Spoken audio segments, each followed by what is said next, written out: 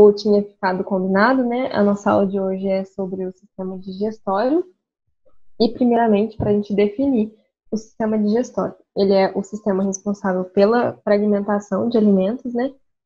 E esses alimentos, principalmente macromoléculas, proteínas, lipídios e carboidratos, que não conseguem ser absorvidos diretamente. Então, esses elementos eles precisam ser primeiramente quebrados em moléculas menores para que eles possam ser transformados em energia química para o metabolismo das células.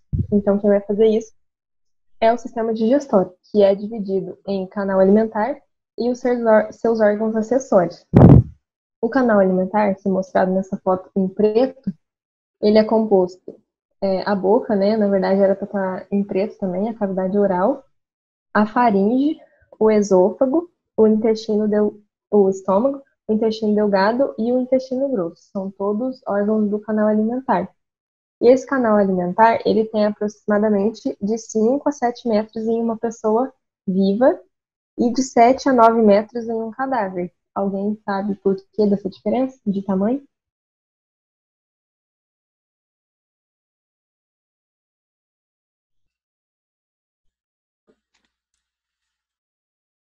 Perda de água, sei lá, tipo, não sei. Na verdade, pode até ter uma contribuição, mas não daria tanta diferença assim. Essa diferença de tamanho é principalmente por conta do tônus muscular. Porque em uma pessoa viva, principalmente por conta do peristaltismo, né, a musculatura lisa do canal alimentar, ela está mais contraída. Então, é por isso que, em relação à extensão, esse canal alimentar fica menor.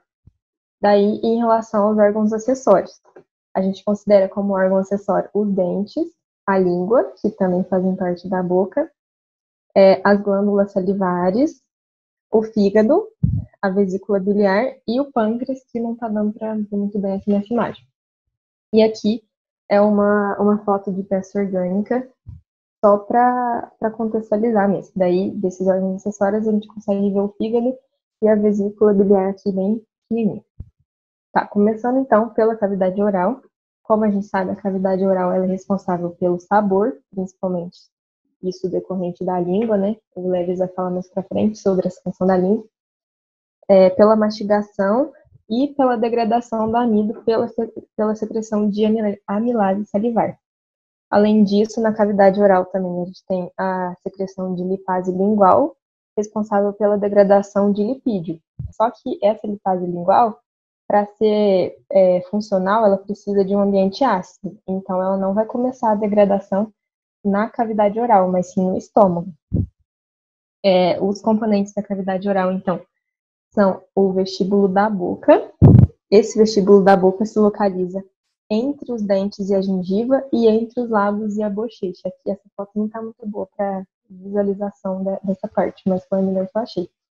E além do vestíbulo da boca, a gente tem a cavidade própria da boca, que se localiza entre os arcos dentais maxilar, que são superiores, né, os dentes superiores, e o arco dentar mandibular, que são os dentes inferiores.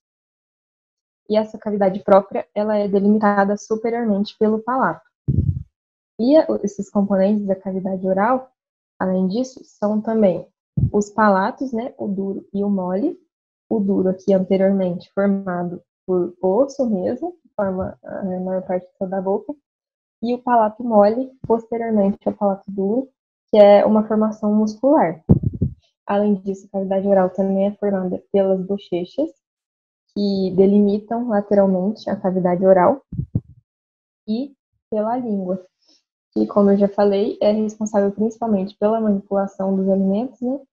Mas também pelo sabor desses alimentos.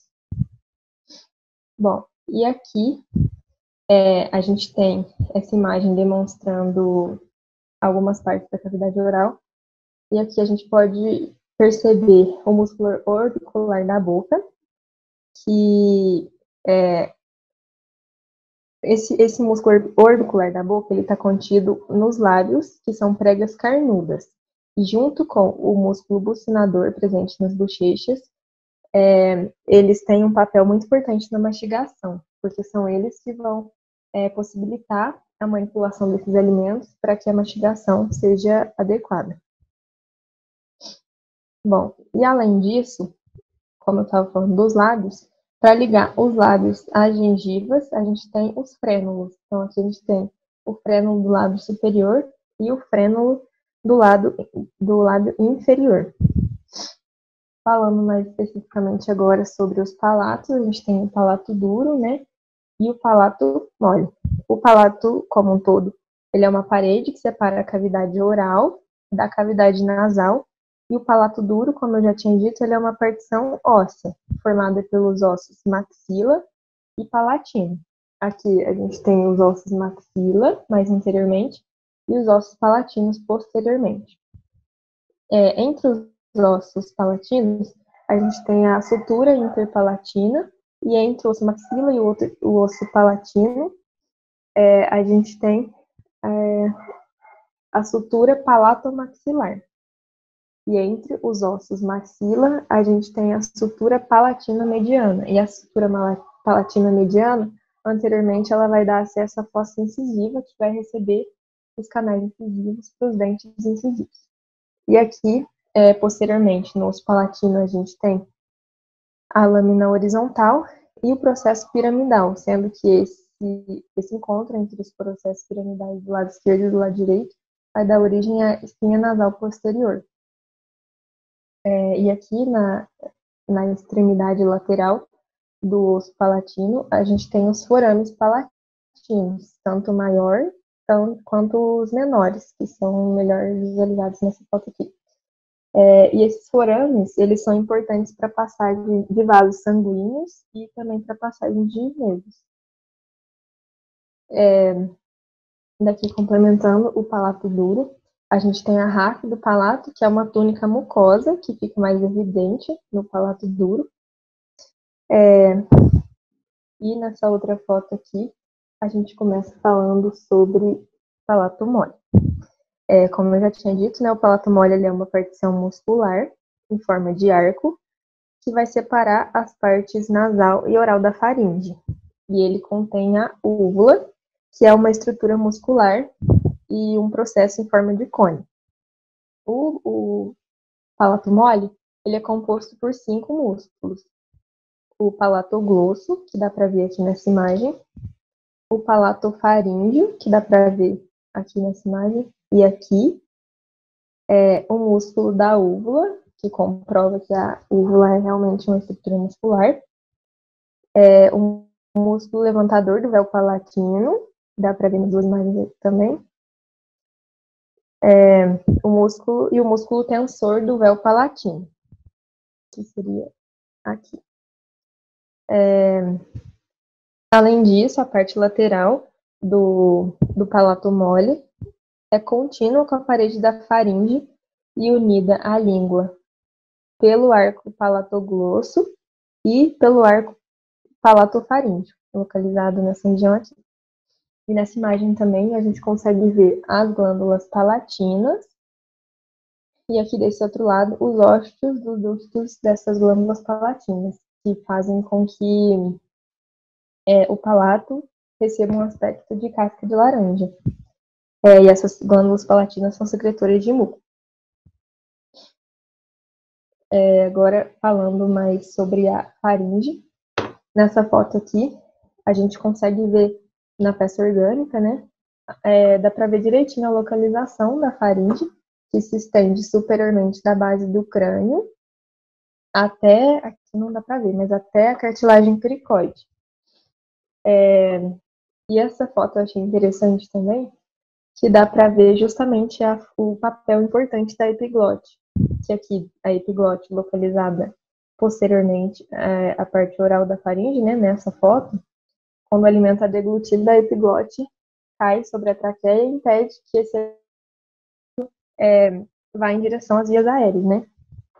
E na base do crânio, que é onde começa a faringe apresenta aproximadamente 5 centímetros de diâmetro e inferiormente, o limite inferior da laringe, que é aproximadamente na cartilagem cricoide, apresenta um diâmetro de 1,5 centímetro.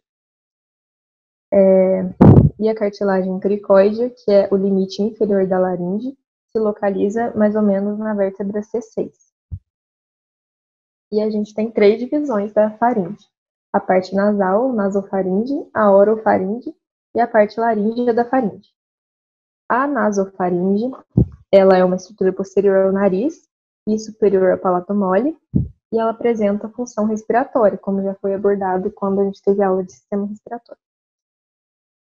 A parte oral da faringe, ela é posterior à cavidade oral e se estende do palato mole até a epiglote.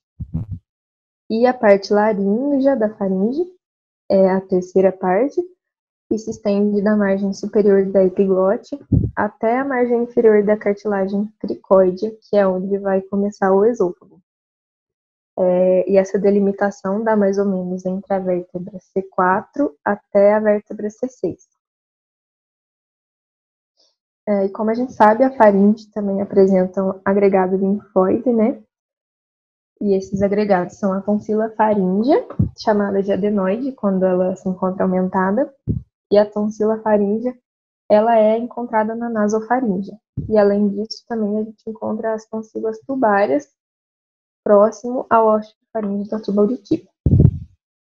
Em relação aos músculos da faringe, a faringe apresenta uma camada circular externa de músculos involuntários, e esses músculos involuntários são os músculos constritores, que são inervados pelo nervo vago e glossofaríngeo. Aí a gente tem o músculo constritor superior, o músculo constritor médio e o músculo constritor inferior. Então, relembrando, esses músculos são involuntários da camada circular externa. E a gente também tem os músculos voluntários da camada longitudinal interna. Esses músculos também são 3. O estilofaríngeo, que é esse músculo aqui, o salpingofaríngeo, esse daqui, e o palatofaríngeo, esse músculo aqui, que é mais extenso. E agora, em relação ao suprimento arterial. Essa foto não está muito nítida, mas foi a melhor que eu consegui achar. A faringe é irrigada principalmente pela artéria facial, pela artéria lingual e pela artéria maxilar, todas elas provenientes da artéria carótida externa. E além disso, também ela é irrigada pela faringe ascendente, que também é proveniente da artéria carótida externa. Em relação à drenagem venosa da faringe, a gente tem aqui a veia palatina externa, que ela drena para o plexo faríngeo, que não está representado nessa foto, e esse plexo faríngeo vai drenar para a veia jugular interna. Então, essa é a drenagem venosa mais importante da faringe. Agora, começando a falar sobre o esôfago. O esôfago ele é um tubo colabável, né? Porque, diferentemente da traqueia, que apresenta aqueles anéis cartilaginosos em C, o esôfago não apresenta cartilagem e ele pode ser colabável, porque a estrutura principal dele é composta por músculo. E o esôfago, ele apresenta aproximadamente 25 centímetros posteriormente à traqueia, como a gente pode ver aqui, mais ou menos no nível do apêndice tifoide, né? A traqueia se bifurca e o esôfago aqui posteriormente continua. A traqueia é fixada ao esôfago por tecido conjuntivo frouxo, e isso vai dar para ver melhor numa foto mais para frente. O esôfago, ele se inicia na extremidade inferior da laringofaringe, aqui na junção faringoesofágica, ao nível da cartilagem cricoide, como eu já tinha falado. Daí depois o esôfago entra no mediastino, anteriormente à coluna vertebral, dá para ver aqui nessa outra imagem, e ele termina na junção esôfago-gástrica, que está aqui nessa constrição diafragmática. E como dá para ver nessa foto, o esôfago ele tem 3 constrições. Essa constrição faringoesofágica, a constrição diafragmática sendo que ambas, tanto essa constrição faringoesofágica quanto essa constrição diafragmática, elas vão apresentar esfíncteres, que a gente vai falar melhor deles depois. E tem uma terceira constrição aqui, que é a constrição broncoaórtica, que na verdade não tem a função de esfíncter, mas essa constrição é puramente anatômica, porque é a pressão anatômica, a localização do arco da aorta e da traqueia em relação ao esôfago, por isso que acaba gerando essa constrição. E aí, como eu falei dos esfíncteres, aqui na constrição faringoesofágica a gente tem o esfíncter esofágico superior, e aqui na constrição diafragmática a gente tem o esfíncter esofágico inferior, que é composto de músculo liso, e o esfíncter esofágico superior, por sua vez, é composto de músculo esquelético. E é por isso que a gente consegue controlar o processo de deglutição.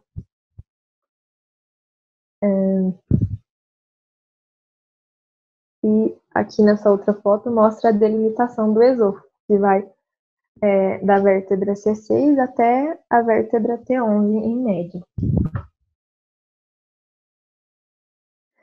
Nessa foto aqui, representado aqui pelo número 5, é o diafragma, e não dá para ver onde passa, né, onde se localiza o hiato esofágico, mas aqui nessa outra foto dá para ver. O hiato esofágico é a abertura do diafragma provocada pelo esôfago para que ele passe, né, por meio do diafragma. E esse hiato esofágico, depois do hiato esofágico, o esôfago é chamado de esôfago abdominal. E ele só contém 1,25 centímetros de comprimento, aproximadamente, antes de dar origem ao estômago. E aí, esse esôfago abdominal, ele geralmente se encontra colapsado quando a pessoa não está se alimentando. Isso é importante para evitar refluxo, por exemplo. E nessa foto aqui dá para ver direitinho essa junção das túnicas mucosas entre o esôfago e o estômago. Aqui está o diafragma. E aqui, como eu já tinha falado, né, existe um tecido conjuntivo frouxo que liga a traqueia ao esôfago. E aqui, de maneira mais superficial, dá para ver os músculos do esôfago. A gente tem uma camada longitudinal externa, né? E uma camada circular interna de túnica muscular.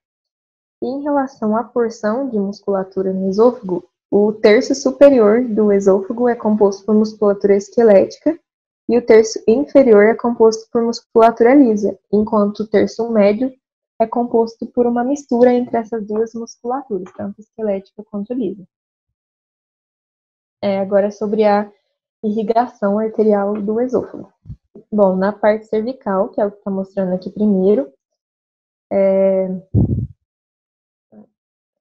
a gente tem o tronco braquicefálico aqui, e dele está saindo a artéria subclávia. Aqui a artéria subclávia. E daí da artéria subclávia, a gente tem o tronco tireocervical, que está aqui, e do tronco tireocervical emerge o ramo esofágico, aliás, a artéria tireoide inferior, e dele o ramo esofágico da artéria tireoide inferior. Então, o esôfago, a parte cervical do esôfago, é irrigada principalmente pela artéria tireoide inferior. Na parte torácica do esôfago, a gente tem a aorta torácica, né? E da aorta torácica emergem ramos esofágicos, que dá para ver aqui, tanto diretamente da aorta quanto de ramos bronquiais. Aqui dá para ver a parte abdominal do esôfago, que, como eu já tinha falado, só tem aproximadamente 1,5 centímetros, e essa irrigação é feita pelo tronco celíaco. Do tronco celíaco vai emergir a artéria gástrica esquerda, e da artéria gástrica esquerda vai emergir o ramo esofágico da artéria gástrica esquerda. Então, essa é a irrigação mais importante da parte abdominal do esôfago. Em relação à drenagem venosa, na parte cervical, a veia tireoide inferior vai drenar para as veias braquiocefálicas e as veias braquiocefálicas, por sua vez, vão drenar para a veia cava superior. Na parte torácica, a gente tem as veias esofágicas, que vão drenar para as veias ázigo, hemiázigo e hemiázigo acessória. Daí essas veias, elas vão finalmente drenar para a veia cava inferior. E além disso, as veias esofágicas também podem drenar para as veias intercostais e para as veias brônquicas. E na parte abdominal do esôfago, que dá para ver nessa outra imagem aqui, a gente tem as veias gástricas curtas, que vão drenar para a veia esplênica, e também os ramos esofágicos, que vão drenar para a veia gástrica direita. E essa veia gástrica direita, então, vai cair na veia porta do fígado. Bom, eu escolhi falar um pouco sobre o peritônio, porque relembrar, né, porque em algumas aulas para trás o Thiago já tinha falado, porque para saber dos órgãos que vem agora, da localização dos órgãos que a gente vai falar agora, a gente precisa de alguns conceitos dessa parte. Bom, o peritônio, como a gente sabe, é a maior túnica serosa do corpo, e existem o peritônio parietal e o peritônio visceral. O peritônio parietal, ele reveste toda a parede da cavidade abdominal, e o visceral abrange diretamente alguns órgãos da cavidade, sendo que, nesse caso, ele constitui a túnica serosa desses órgãos. E o que significa a gente falar que um órgão é intra- ou retroperitoneal? Quando um órgão é intraperitoneal, ele é completamente envolvido pelo peritônio visceral. E exemplos desses órgãos são o fígado, o baço, o estômago, a parte superior do duodeno, o jejunum, o íleo e algumas partes do intestino grosso. E falar que os órgãos são retroperitoneais significa que eles se localizam atrás do peritônio, como, por exemplo, a parte distal do duodeno, como a gente vai ver mais para frente, o pâncreas e o rim, como todo mundo já sabe. Daí, além disso, a gente tem o aumento maior, que é a maior prega peritoneal, e ele reveste tanto o colo transverso quanto o intestino delgado. Colo transverso é uma parte do intestino grosso, isso o Lelis vai falar mais para frente. E o aumento maior, representado aqui nessa foto, ele é móvel, tanto que dá para ver nessa outra foto aqui, ele só é fixo na parte superior, mas a parte inferior é móvel. E isso favorece, inclusive, para situações de infecção, por exemplo. E o aumento maior, ele tem a capacidade de se mover para alguma região que esteja em processo de infecção, porque ele apresenta muitas células do sistema imune. E, além disso, a gente tem também o aumento menor, que está localizado nessa foto, e dá para ver aqui também. O aumento menor, ele é uma prega anterior na túnica serosa do estômago e do duodeno, e conecta tanto o estômago quanto o duodeno ao fígado. Dá para ver direitinho isso aqui. E o aumento menor, ele é um caminho para vasos sanguíneos que chegam ao fígado e contém a veia porta, a hepática comum e o ducto colédoco. Além disso, a gente tem o mesentério, que é uma prega de peritônio que liga o jejúnio e o íleo à parede posterior do abdômen. E ele também abriga vasos sanguíneos e vasos linfáticos. Dá para ver o mesentério aqui também. E o mesocolo, que são duas pregas separadas de peritônio, que juntamente com o mesentério mantém os intestinos frouxamente no lugar. Isso possibilita que o movimento das contrações de peristaltismo isso permite essa contração do peristaltismo. Tá, e a gente tem dois mesocolos, o transverso, que liga o colo transverso e intestino grosso, a parede posterior do abdômen, e o sigmoide, que liga o colo sigmoide. Daí essa foto aqui é uma de peça orgânica, né?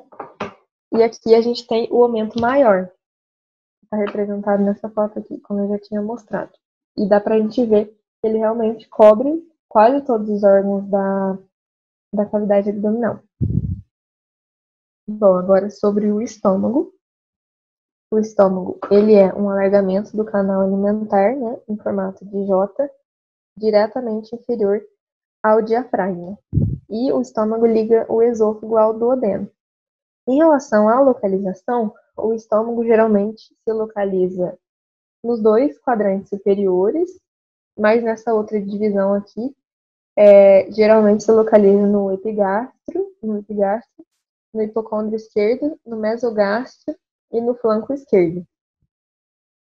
E o estômago, ele tem uma variação muito grande de tamanho, formato e posição, de pessoa para pessoa. Então, não quer dizer que seja patológico um estômago estar em uma localização diferente. Isso faz parte da variação anatômica, de pessoa para pessoa. E aqui, falando mais especificamente sobre as divisões do estômago, a gente tem a região da cárdia, que circunda o ósseo cárdico, que é a abertura superior, aproximadamente na vértebra T11. E aqui a gente tem o fundo gástrico. O fundo gástrico, ele é uma parte superior mais dilatada, relacionada à cúpula esquerda do diafragma, que se encontra aqui superiormente.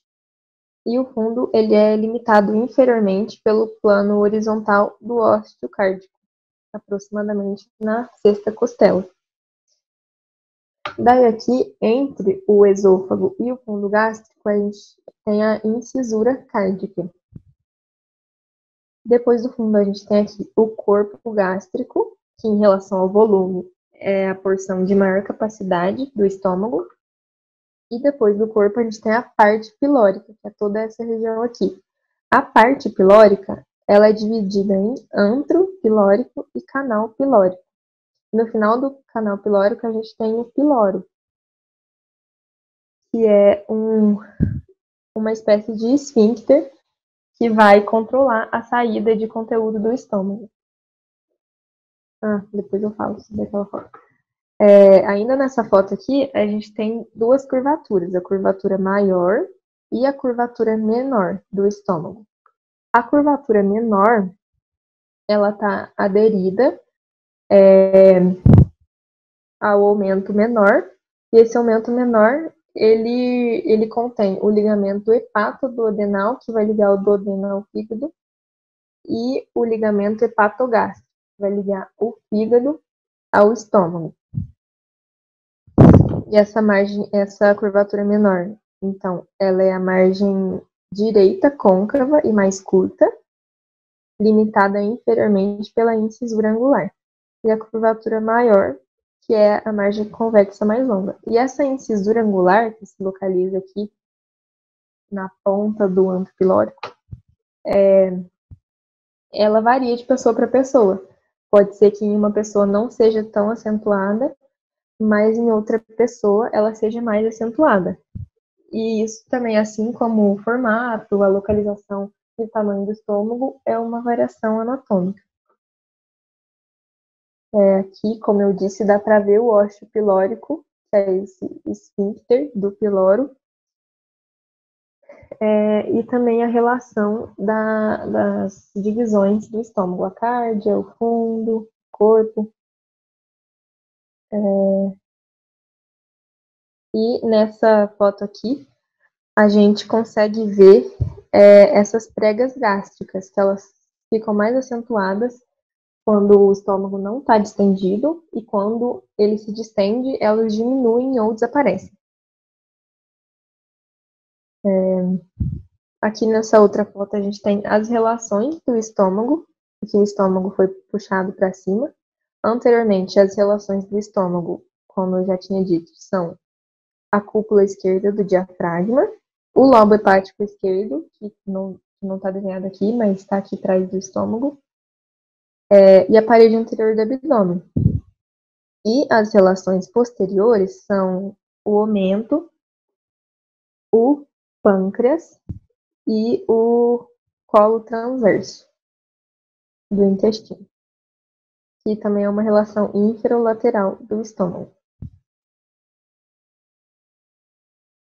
Aqui dá para ver as pregas gástricas também, aqui a região da cárdia e aqui o músculo esfíncter do piloro. Aqui eu coloquei essa foto para falar sobre a musculatura, que assim como o esôfago, o estômago também possui uma musculatura circular, de disposição circular, e em uma outra localização, essa musculatura tem uma orientação longitudinal. E inferiormente, a musculatura tem uma orientação oblíqua. Sobre a irrigação do estômago, a gente tem aqui. Calma aí.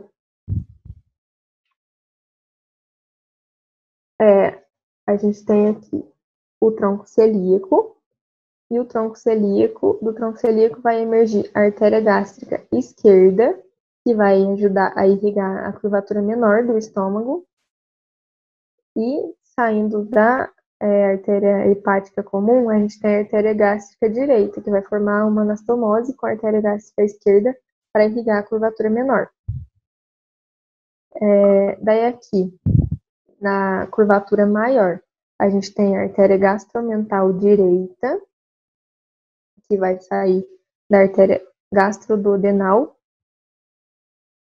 e a artéria gastromental esquerda, que por sua vez é proveniente da artéria esplênica, que também sai do tronco celíaco.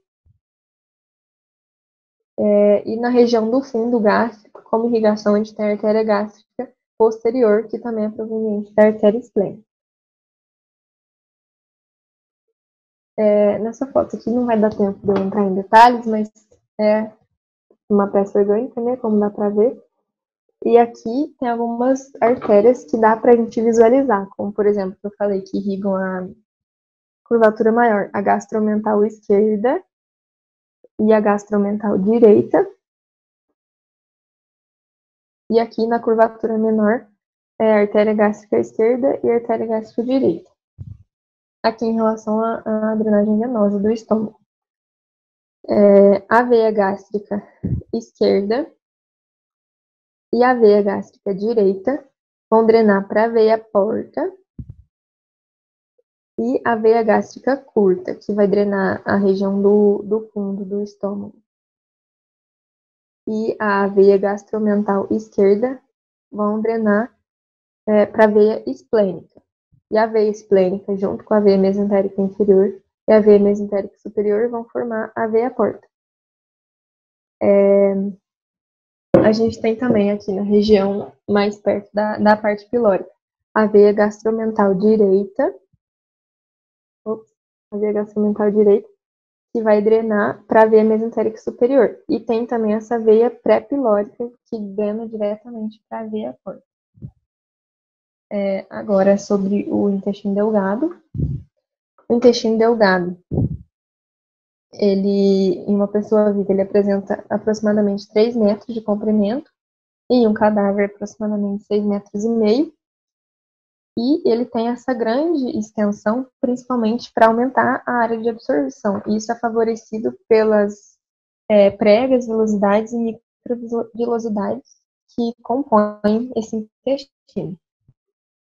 E o intestino delgado, ele apresenta 3 regiões. O duodeno, aqui representado por vermelho, que é a região mais curta, retroperitoneal, e estende-se por aproximadamente 25 centímetros. Isso corresponde a mais ou menos 12 dedos, e é por isso que ele recebe o nome de duodeno.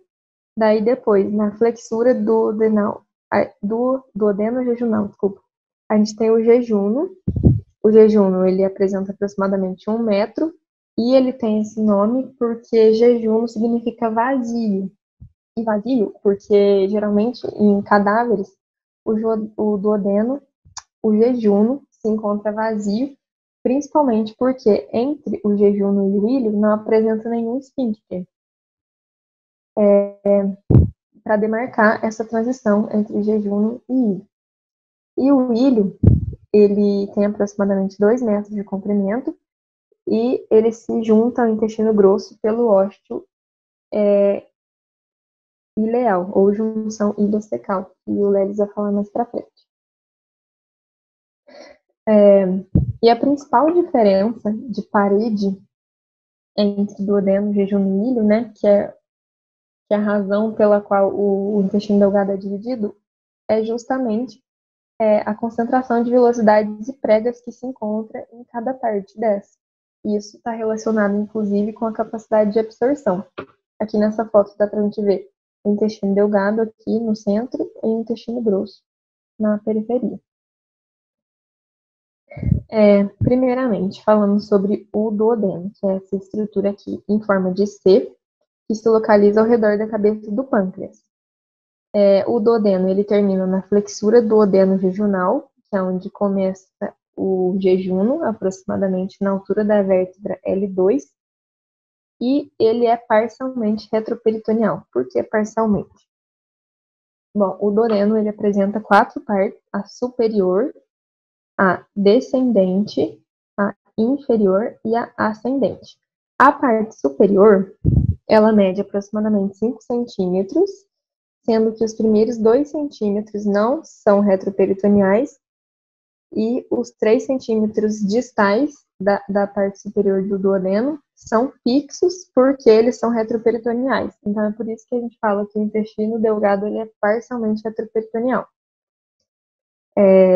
Ainda sobre a parte superior, essa parte é superposta pelo fígado e pela vesícula biliar, que está localizado aqui nessa imagem, mas não dá para ver muito bem porque é um desenho representativo, né? Aí depois a segunda parte, que é a descendente, é a parte mais longa, com aproximadamente 7 a 10 centímetros, e ela segue inferiormente, curvando-se ao redor da cabeça do pâncreas, à direita da veia cava inferior.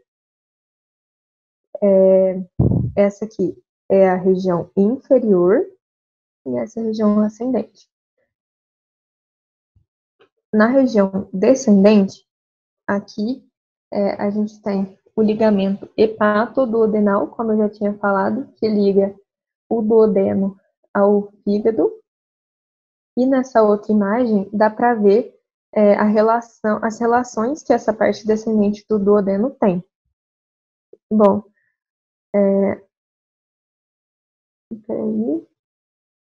aqui, só para relembrar, saindo da vesícula biliar, a gente tem o ducto cístico e do fígado o ducto hepático comum. Esses 2 ductos vão se juntar para formar o ducto colédoco. Daí, na parte descendente do duodeno, o ducto colédoco vai se juntar com o ducto pancreático e formar essa ampola hepatopancreática, também chamada de ampola de Vater. E essa ampola tem uma abertura nessa região do duodeno, que se chama papila maior do duodeno, ou esfíncter de Oddi. E o ducto pancreático também emite uma abertura diretamente no duodeno, que se chama papila menor do duodeno. Essa parte descendente do duodeno é totalmente retroperitoneal. E a região inferior aqui do duodeno, ela é cruzada pela artéria e veia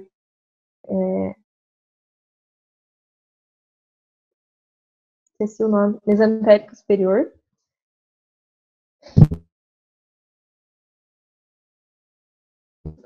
Superiormente a ela se localiza a parte ascendente do duodeno, que segue superiormente ao longo da margem esquerda e vai mais ou menos da vértebra L3 até a vértebra L2.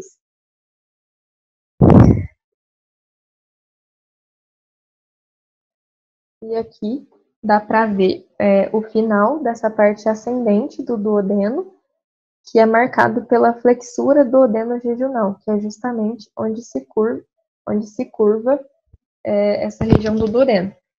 E essa flexura duodeno-jejunal é possibilitada pelo músculo suspensor do duodeno, que está inserido no ligamento que é chamado ligamento de Treitz. Esse músculo suspensor do duodeno, ele é formado tanto de musculatura esquelética, proveniente do diafragma, quanto de musculatura lisa, proveniente do duodeno. E como que se faz a irrigação do duodeno? Bom, a gente tem aqui o tronco celíaco. Do tronco celíaco vai emergir a artéria gastroduodenal. E da artéria gastroduodenal, a gente vai ter a artéria pancreático-duodenal, que vai irrigar tanto o pâncreas quanto o duodeno. E a gente tem a artéria pancreático-duodenal superior-posterior, que irriga a região posterior do duodeno, e a artéria pancreático-duodenal superior-anterior, que está aqui. E elas vão irrigar a região proximal à entrada do ducto colédoco. Daí aqui a gente tem a artéria mesentérica superior, e da artéria mesentérica superior vai emergir a artéria pancreático-duodenal inferior. Então, as pancreáticas duodenais superiores são provenientes do tronco celíaco, e a pancreática duodenal inferior é proveniente da artéria mesentérica superior. Daí, da pancreática duodenal inferior, a gente vai ter o ramo posterior da artéria pancreática duodenal inferior.